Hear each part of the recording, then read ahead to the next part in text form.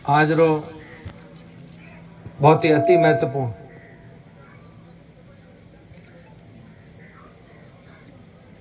उच्च माध्यमिक विद्यालय जेतेश्वर धाम आवासीय विद्यालय बहुत ही शानदार विद्यालय है, अच्छी व्यवस्था है। अभी आप और हम सब प्रिंसिपल साहब से पूरी प्रोग्रेस रिपोर्ट भी सुन रहे थे। आज के इस कार्यक्रम में अपन सबको आशीर्वाद देने के लिए पधारे हुए संतजन, परसराम जी बाप जी, पधारोड़ा सभी जनप्रतिनिधिगण, रायका समाज रा बहुत ही पुराना हमारे पिताजी रा मित्र मेरो जी और पधारोड़ा सभी जनप्रतिनिधिगण, डिप्टी साहब,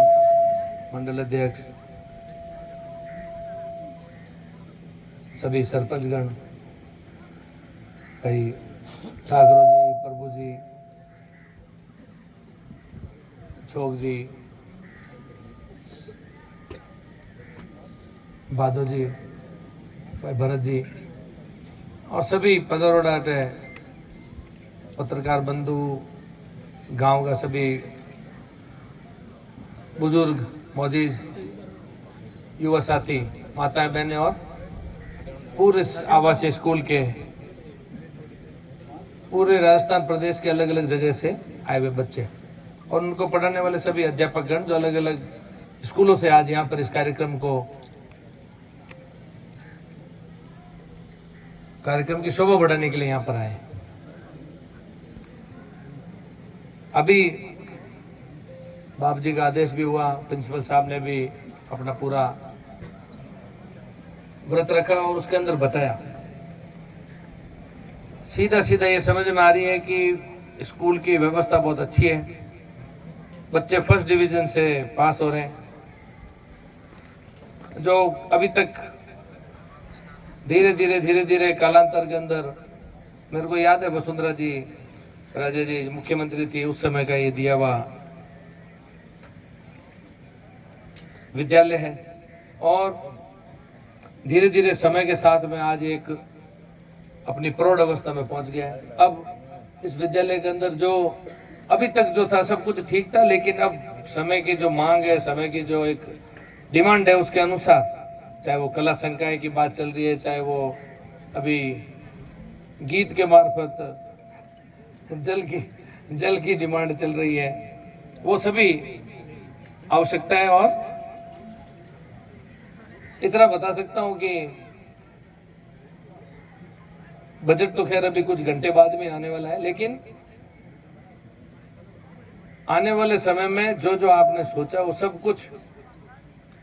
जेतेश्वर भगवान के आशीर्वाद से, उनकी कृपा से, बाप जी के आदेश से, कोई भी ऐसी चीज यहाँ पर आपने जो विचार किया है, मेरे को नहीं लगता है कि कुछ भी कमी रहने वाली है। सब कुछ आपके मन भाता हुआ काम होगा आने वाली इस युवा पीढ़ी के लिए जो देश का भविष्य है।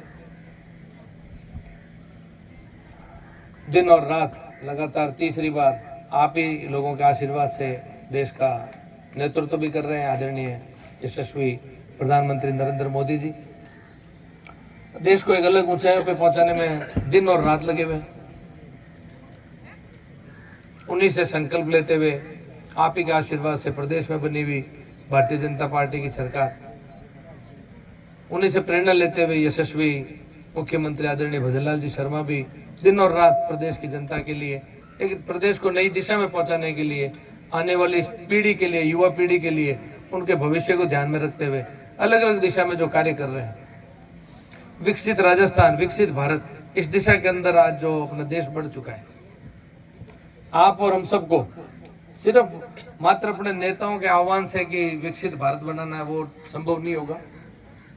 आपको और हमको यहाँ पर दूर दराज गाँव के अंदर बैठे हुए भी अपनी सोच को विकसित करना होगा, अपने विचारों को विकसित करना होगा, अपने जो पहले वाली विचारधारा रही है, पहले वाली जो सोच रही है, उसके अंदर परिवर्तन लाना होगा, व्यवस्था परिवर्तन लाना होगा, तभी जाकर के अपना प्रदेश भी विकसित होगा और देश भी विकसित होगा। आने वाली इस पीढ़ी को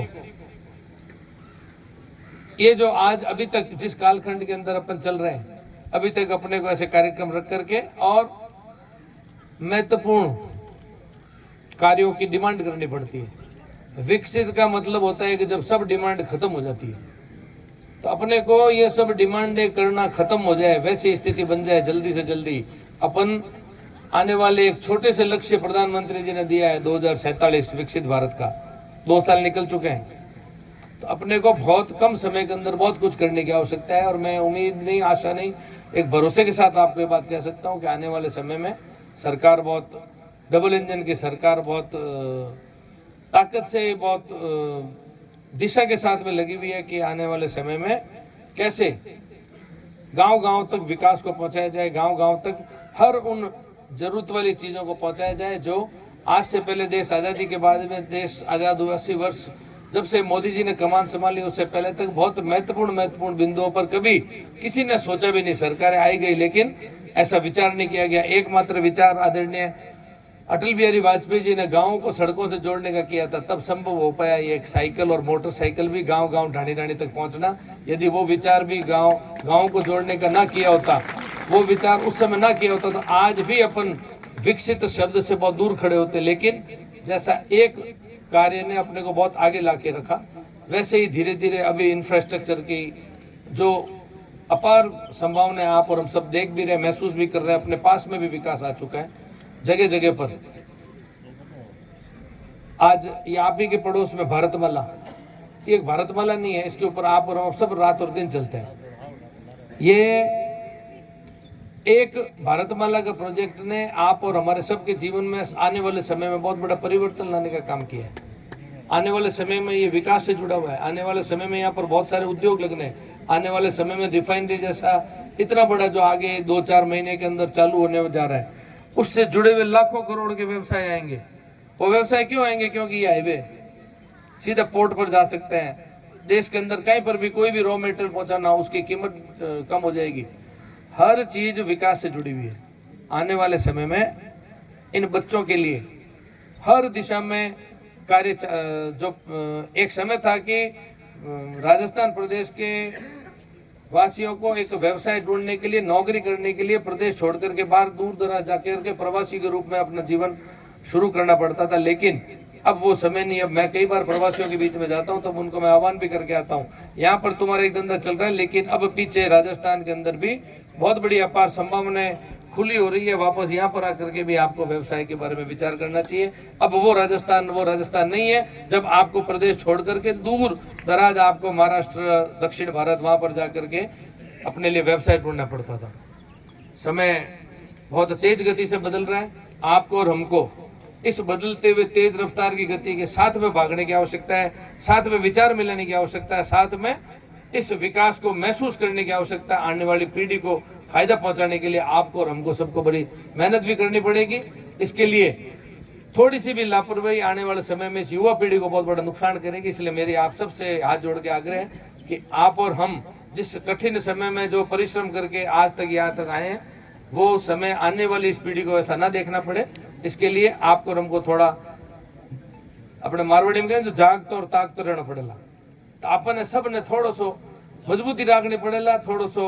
जागरूक रहना पड़ेगा। बहुत कुछ ऊपर ले तरफ लहर होने वाली है। और जैतेश्वर जी धामरे पवन धर हूँ, आपने आज मैं सब जो बातें कह रही हूँ बड़े जिम्मेदारी पूर्वक कह रही हूँ कि आने वाले समय में बहुत बड़ा परिवर्तन आप देखने जा रहे हो। 1 साल के महीने पहली बार वो संभव हुआ है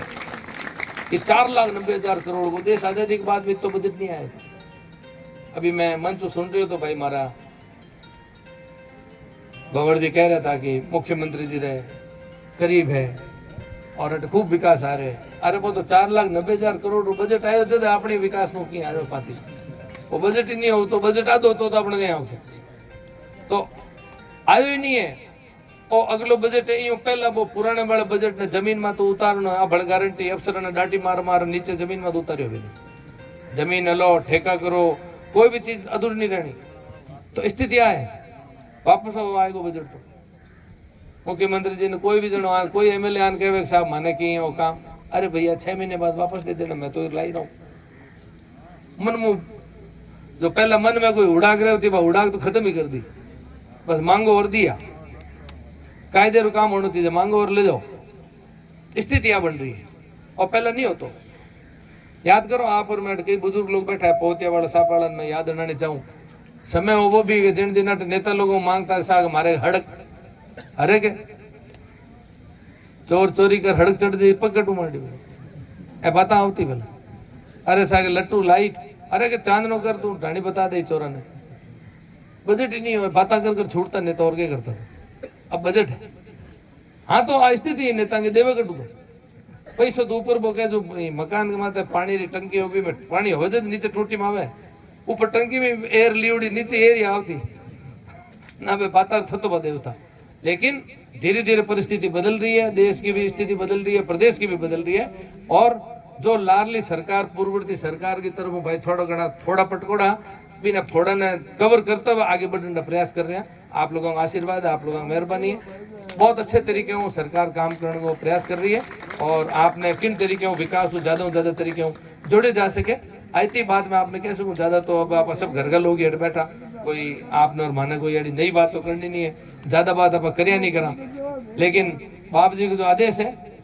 मैं तो बाप जी ने हमारे कान में कहो मैं कहो साल भर क्यों खराब करो पहले क्या होता दोबारा तुम हो जाओ तो बाप जी के पहला होड़े जमे पस क्या होता तो बाप जी हमें थोड़ी गाड़ी जमी है तो आप आदेश करियो तो आप आदेश से पूरी पालना भी करा मैं और कोई चीज री मांग तरफ हूँ कमी नहीं रखला मारो प्रयास भी रहेला और काम ने संभव करा इन टाइप की कोशिश कराला क्योंकि आपने अब ध्यान आप आगे ले चुके हूँ आप लोग सब सोच रहे हो मारो भाषण तो जल्दी क्यों कर रहे हो केंद्रीय कृषि मंत्री भागीरथ जी चौधरी गुड़ा मलनी में भी आज एक कार्यक्रम राख लियो टाइम हागो बैठ गयो आप बीच में अबार हमीर सिंह जी भायल साहब सिवाना विधायक साहब आ रहे हैं अपने ओटाराम जी देवासी साहब मंत्री महोदय भी रस्ते में वे भी पधार रहे हैं तो आप कार्यक्रम तो रहे कंटिन्यू कोई भी तरह की कमी नहीं राखनी है लेकिन मारू जो मारे लायक आदेश हो वो आपने मैं हुणाई दियो बाप जी आदेश दे दियो और आप लोग अगर मन दर्शन होएगा तो आप लोग बड़े निश्चिंत तरीके हो हमारे भाषण खत्म हुए बाद में कार्यक्रम चलेला आप लोग सब अटी बेरोजगार रोला और मैं अटो आप छुट्टी लेने निकलूंगा क्योंकि मंत्री महोदय ने थोड़ा मना अपने विधानसभा क्षेत्र में तो अपने मान सम्मान अपना मेहमान भी है बट बाजरा अनुसंधान केंद्र हम बाजरे वाली बात भी देखो और बाजरी भावा कटा अपना मारवाड़ लोग ही भावा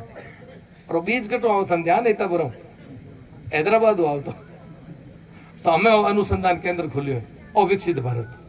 तो આપણે હળવળો ઘરે ઘરું ડેરો ખાસી ચીજ આજે એટલે આપણે ઘણું चिंता नहीं करनी ठीक है सर बहुत बहुत धन्यवाद जय हिंद जय भारत जयतेश्वर भगवान की बहुत बहुत धन्यवाद।